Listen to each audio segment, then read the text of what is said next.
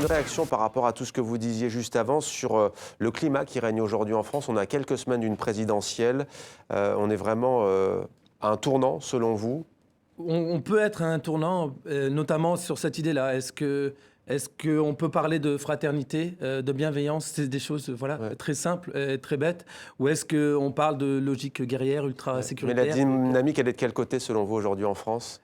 Voilà, on le voit tous, de quel côté elle est, la dynamique, malheureusement. Il suffit de comparer. Moi, je compare avec l'Allemagne, quand il y a eu les attentats à Berlin, quand la chancelière Angela Merkel a répondu en disant: «Je ne veux pas que mon pays devienne un État policier. Nous devons affronter ça ensemble, main dans la main».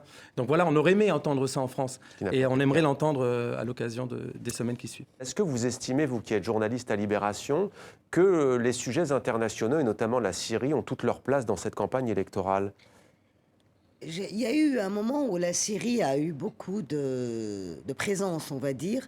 Et je me souviens, ça m'avait frappé Ouais. pendant les primaires, que ce soit les primaires de la droite ou les primaires de la gauche, et c'était une des principales questions qui étaient posées dans les dossiers internationaux.